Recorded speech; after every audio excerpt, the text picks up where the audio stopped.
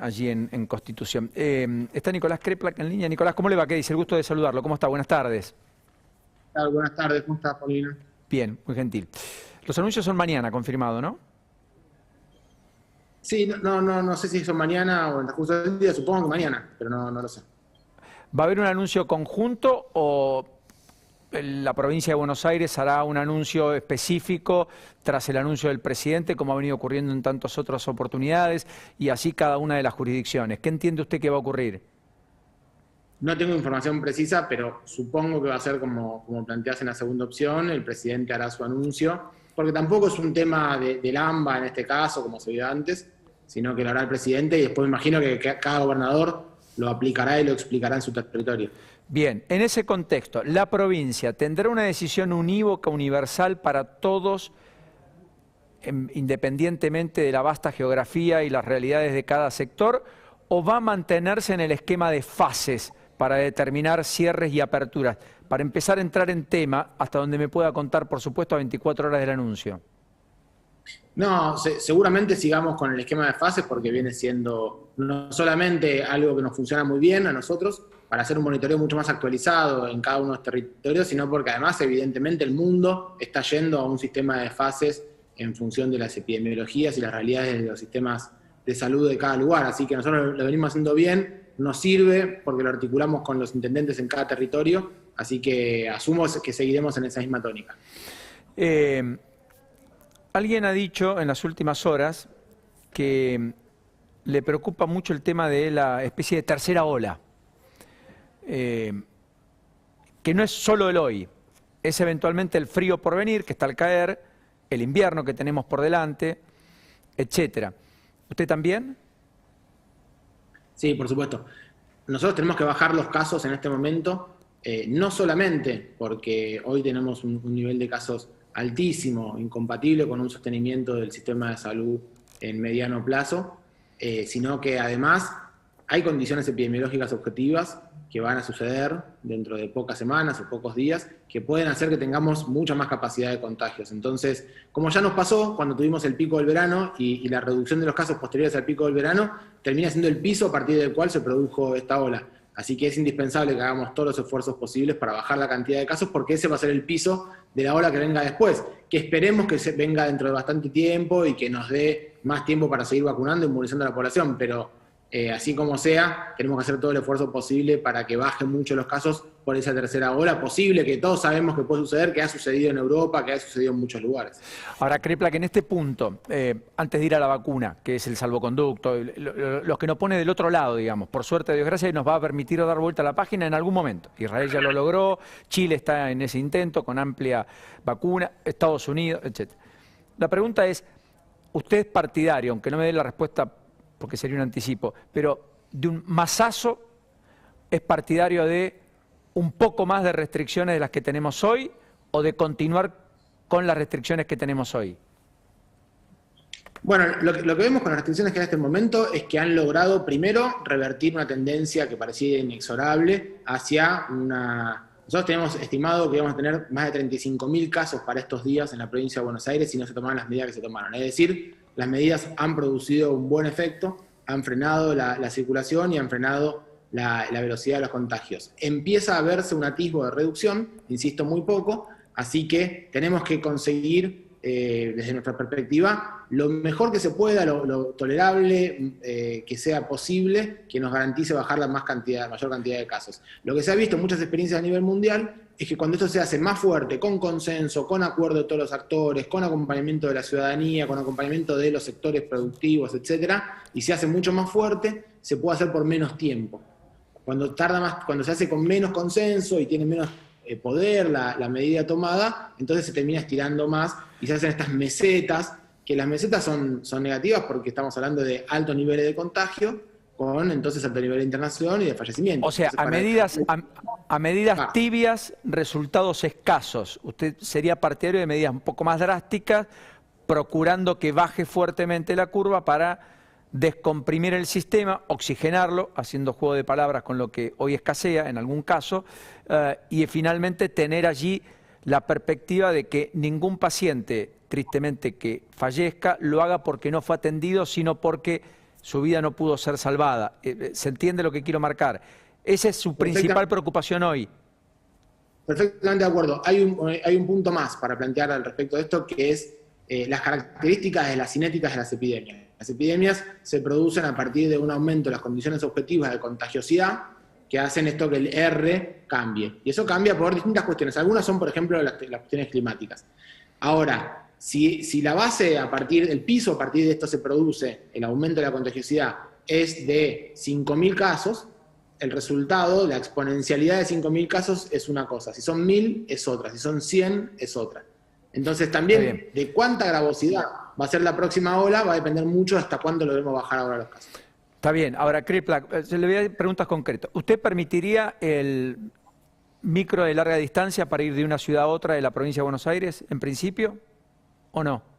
Bueno, se ha visto que una de las fortalezas que tuvimos en la ola anterior fue lograr que sean asincrónicas los aumentos. Es decir, que aumentó primero en el AMBA y después en el interior.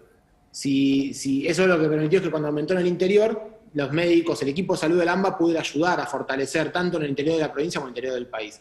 Así que si logramos reducir, yo no diría suprimir absolutamente, pero reducir la circulación interjurisdiccional, siempre en cualquier epidemia es muy bueno. Así como nosotros también queremos y pedimos cerrar a nuestro país del exterior cuando había olas en otros países del exterior, bueno, hoy tenemos ya una circulación muy importante de variantes virales, pero hacia dentro de nuestro propio país y provincia sería interesante tratar de no mezclar territorios que tienen menos cantidad de casos con los que más cantidad de casos tienen, porque si no, todo se va a la alza, digamos. Está bien, pero de todas maneras ahí las salvedades para el criterio humanitario que escaseó en 2020 supongo que van a estar contempladas. Quiero decir, ir a ver a un padre, ir a ver a un hermano enfermo. Hay situaciones que ojalá hayamos aprendido en el 2020. Usted me asiente con la cabeza. No vamos a ir a esa restricción dura y sin posibilidad total, esos montículos de tierra en la puerta de las ciudades, etcétera, como atajando el virus para que no entre y demás, ¿o me equivoco? No, eso además fue desestimulado fuertemente. Intentamos sacar los montículos de tierra durante el 2020 y lo seguimos insistiendo. No, porque no es una cuestión de casos individuales, es una cuestión de los grandes movimientos poblacionales. Bien, prácticas deportivas al aire libre, ¿con cupo o sin ningún tipo de atisbo de que se puedan seguir llevando a la práctica? Es lo mismo, a mí me parece que empezar a discutir cosa por cosa, hacer una especie de paritaria por sector de actividades, no es el mejor escenario para esta discusión ahora. Yo creo que tenemos que intentar reducir todo lo que pueda ser reducible. Bueno, se lo pongo en otros términos. Seco dijo, cortemos a las 4 de la tarde todo tipo de actividad. En el Zoom con Kicillof hoy, con el gobernador. Apareció Descalzo y dijo, no, cortemos a las 6 de la tarde. Vos me decías, Javi, Granados. Que habló de una cuarentena light que no sirve para nada. Con lo cual habría que hacer más cerca de lo que dijo Bernie. Sí. Se ríe, pobre Kriplak. ¿Usted por cuál se inclina de todo? Es que no pasó nada hoy, pero me causa gracia, pero no pasó eso. ¿Cómo no pasó? ¿No pasó eso? ¿No se dijo eso? No, en el Zoom, a ver, aclaro, porque yo lo dije. No en el Zoom con Kicillof, lo vienen diciendo antes del Zoom claro, sí, con sí. Kicillof, lo vienen diciendo los intendentes, es público. Bien. ¿A usted le gusta el modelo Tandil de las 6 de la tarde concluir todo tipo de actividad? ¿O le gusta más una cosa de bajen las persianas, cierren 15 días? Como dijo Augusto Costa aquí ayer, mire, soy ministro de la producción, pero si los contagios nos están marcando otra cosa y hay que cerrar, mire, soy el último que quiere hacerlo, pero si tenemos que hacerlo, hay que hacerlo. ¿En qué punto está parado usted hoy? No, yo insisto con esto, es muy importante el consenso en esto, es muy importante. Cuando uno toma una medida y parte de las jurisdicciones, sobre todo en un territorio como el AMBA, porque quizás una provincia que tiene límites objetivos de la provincia, cierra hacia adentro y bueno, en la provincia de Buenos Aires, además de lo enorme que es y lo muy comunicado, tenemos en el medio de la provincia la Ciudad de Buenos Aires.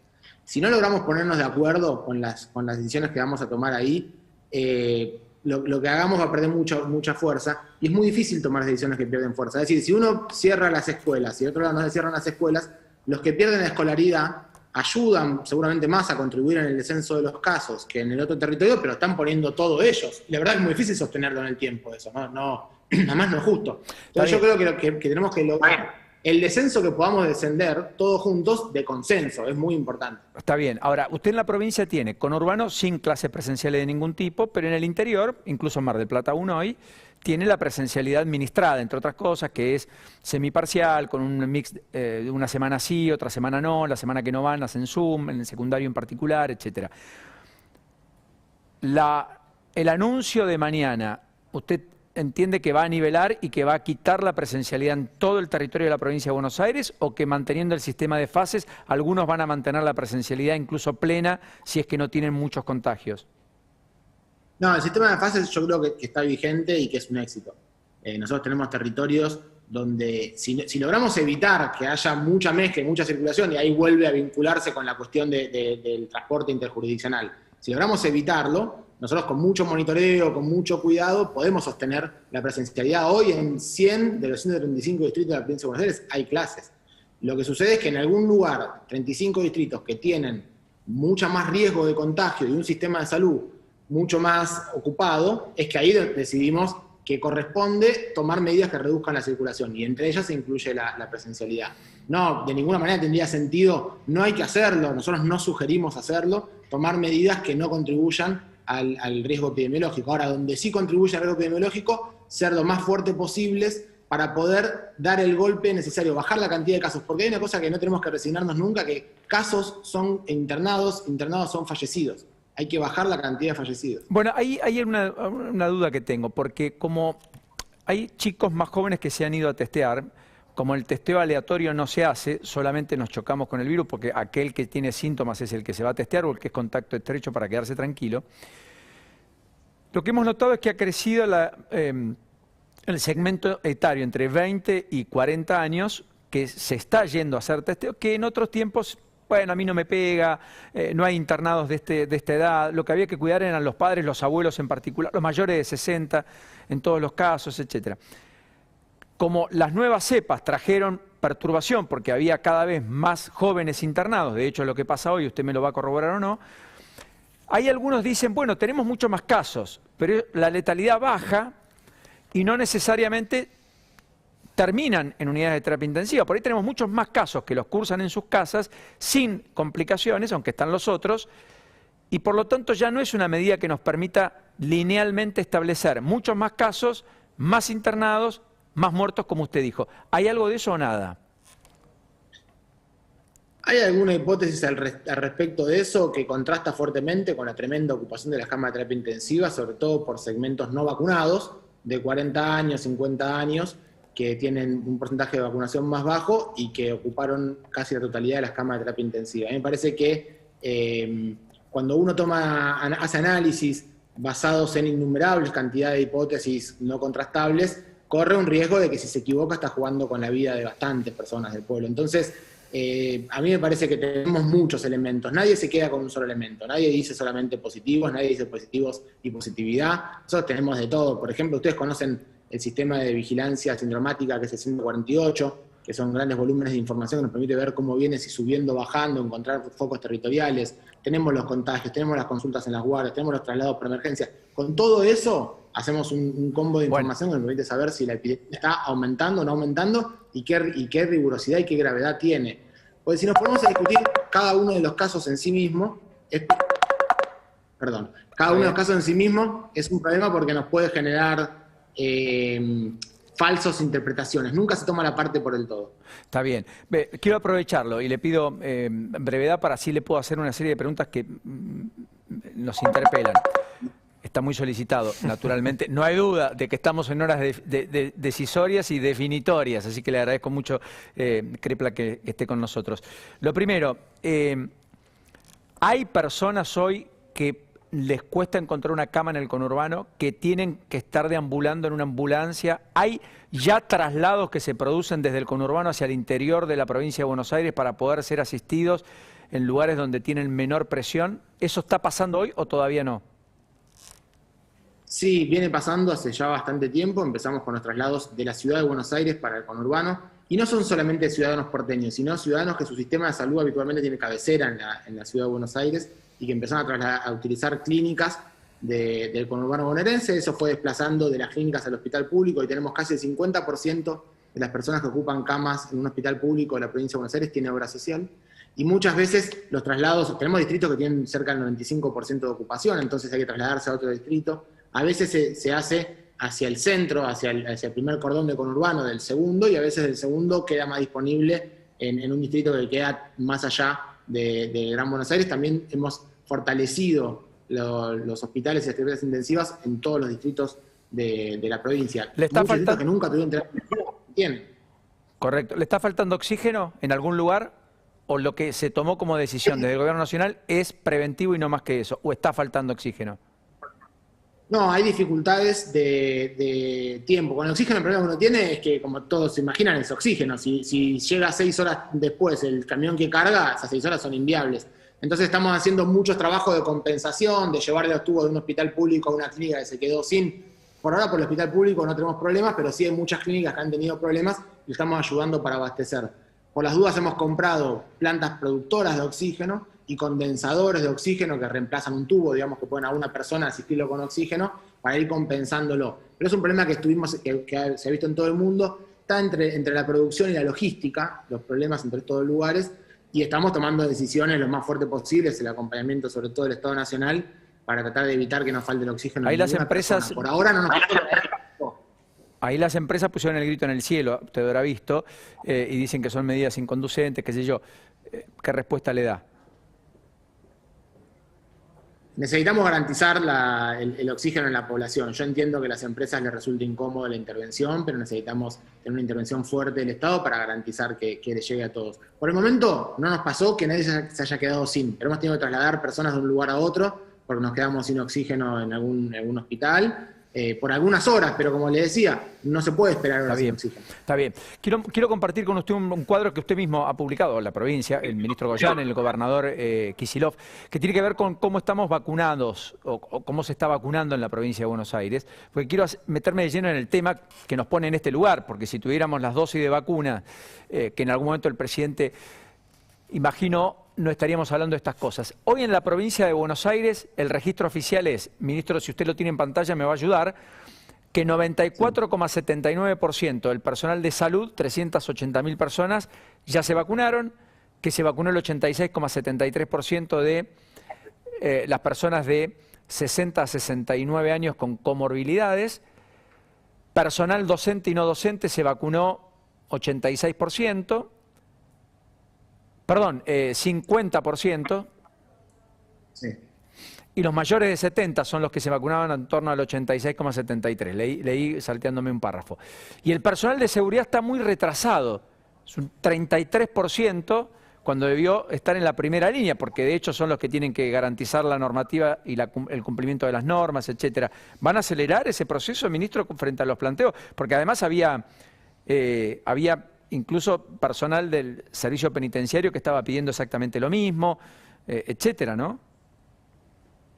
Sí, estamos incluyéndolos en esta nueva fase. La verdad que hicimos un esfuerzo muy grande en lo que nosotros llamamos el hito 1, que estamos a punto de terminar, lo que es cuando cumplamos con esta población de más de 70 años y entre 60 y 69 con factores de riesgo, que son los que tienen más del 70% de la mortalidad. El esfuerzo muy grande fue como sabíamos que venía esta ola, antes de que empiece la ola dijimos rápidamente ataquemos la letalidad. Ya teníamos vacunado el equipo de salud, que era el que tenía que cuidarlos, y tenemos que ir a vacunar a los que se podían enfermar gravemente, y eso fue lo que hicimos, y de hecho uno ve que las terapias intensivas hoy están más ocupadas por población más joven. Pasado este hito, que faltan días, tenemos que seguir con el resto, los que tienen 60 sin enfermedades, los que tienen 40 y 50 con enfermedades, y también parte del servicio penitenciario, sobre todo aquellos que tengan más elementos de riesgo. Lo bueno es que todos los que trabajan en salud, perdón, en educación y en seguridad con patología de riesgo ya están vacunados también, ¿eh? Los que son mayores de edad y tienen enfermedad de riesgo ya están vacunados. Bueno, ministro, lo que ahí nos queda es parte... Está bien, ahí, ministro, Sí. le digo, viceministro, ahí lo que tiene es personas con discapacidad que han pedido ser prioritarios, que hasta aquí no han sido vacunados, inmunodepresivos, tenemos personas con comorbilidades múltiples de 30 y pico de años. ¿Eso va a ser contemplado? Digamos, ¿usted ve que allí puede acelerarse y que en los próximos 30 o 60 días estas personas puedan ser vacunadas? ¿O el cuello de botella de la vacuna lo va a obturar un poco más? No, totalmente que nosotros tenemos una limitante que son las vacunas que van ingresando. Pero bueno, están ingresando, hoy llegan nuevos envíos desde Rusia y seguimos vacunando y esto va a seguir así. a medida que van llegando, vamos por orden de prioridad según la carga de letalidad, quién tiene más riesgo. Entonces, claro, las personas que tienen patologías, por ejemplo, trasplantados, por ejemplo, inmunodeprimidos, eso es un elemento que produce riesgo. El elemento que más se ha visto que está correlacionado con el riesgo es la edad.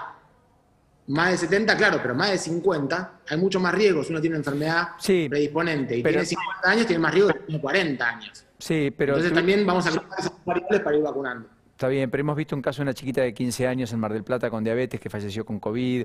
En Tucumán falleció una persona de 18 años. Entonces empezamos a conocer esos casos. Personas con discapacidad, hemos visto varios decesos tristemente en las últimas semanas y son de 20 y pico, 18, 35. Por eso decía... ¿Qué ha pasado con niños? Bueno, sin ir más lejos. Sí. Y ahora lo interesante es que está empezando a investigarse unas cuantas vacunas para menores de 18 años, e incluso es probable que nosotros en la provincia podamos participar en la investigación de fase 3 en menores de 18, porque también lo que va a venir después es poder vacunar a toda la población, porque lo que sí se ve es que las personas más jóvenes que se complican, en la enorme mayoría de los casos, tienen alguna enfermedad predisponente. Así que tenemos que ir a vacunar a esa población. Con una vacuna, ¿alguien se murió? Con una sola dosis, alguien que terminó en un sistema de terapia intensiva, ¿falleció en los últimos 60 días? Tendría que revisar exactamente. Tenemos algunos internados con una dosis en menos del 5% del total. No sé si hay alguno que haya perdido la vida, pero sí tenemos en condiciones graves menos del 5% de los que están ocupando las terapias intensivas, aún de la población de mayor riesgo que son los vacunados, ¿no? Kreplak, la última se la va a hacer Javier Lanari, porque es el que atentamente ha escuchado todo, y prometo liberarlo ahora sí, pero por si queda algo pendiente, Javi, que se me escape. No, el tema test, Kreplak, hay algunas localidades en la provincia de Buenos Aires que la tasa de positividad es efectivamente muy alta. Le pregunto si piensan o están evaluando aumentar la cantidad de test en la provincia. Sí, el tema de la política de testeo es una política muy compleja. En general, los diagnósticos a los médicos es todo un capítulo en nuestra vida muy importante. El diagnóstico nunca se debe utilizar sin criterio. Cuando uno utiliza un diagnóstico sin criterio no sabe lo que observa. Es decir, si una persona, por ejemplo, es contacto estrecho de otra persona y se hace un test y le da negativo, ¿qué es lo que tiene que hacer? Es una pregunta. Aislarse. Un tiempo más. Aislarse. Claro.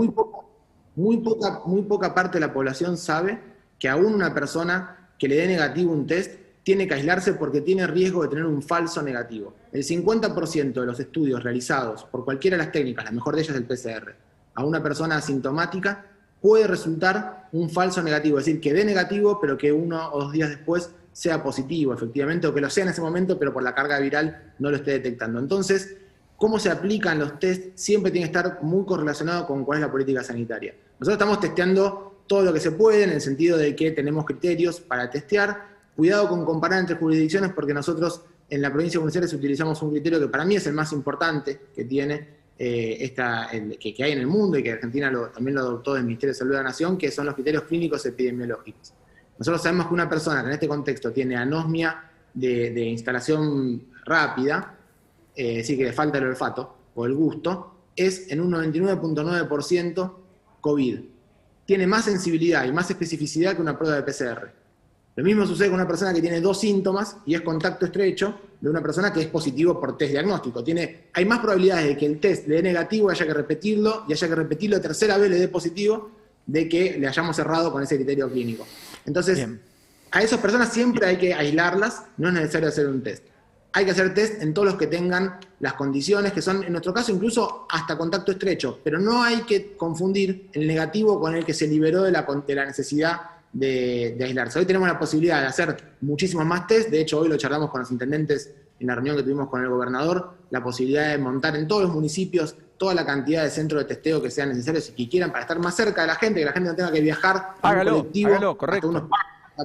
Sí, lo tenemos hecho. Hemos comprado los test para poder hacerlo. Lo importante es que se apliquen adecuadamente y sobre todo que se aísle a la persona que se tiene que aislar. No hacer test innecesarios que terminan haciéndole creer a alguien que tiene entonces derecho a a poder circular. Por ejemplo, las personas que vienen de afuera, que viajaron, cuando ingresan al país tienen que quedarse en aislamiento, independientemente de que tengan una PCR negativa, cosa que necesariamente tienen, porque para poder ingresar al país tienen que traerlo. Pero es muy importante fortalecer sobre este aspecto, más que sobre el testeo. El testeo es muy útil. Nosotros tenemos un estudio hecho muy bueno en la provincia que muestra que 1 de cada 3 personas que tuvieron seropositivos, que tuvieron la enfermedad, fueron testeados y están registrados en el sistema CISA.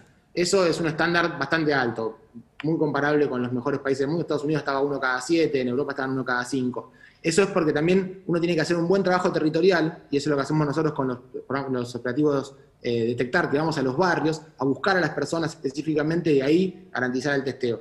Así que no es una cuestión solamente de cantidad, sino sobre todo de calidad de la información.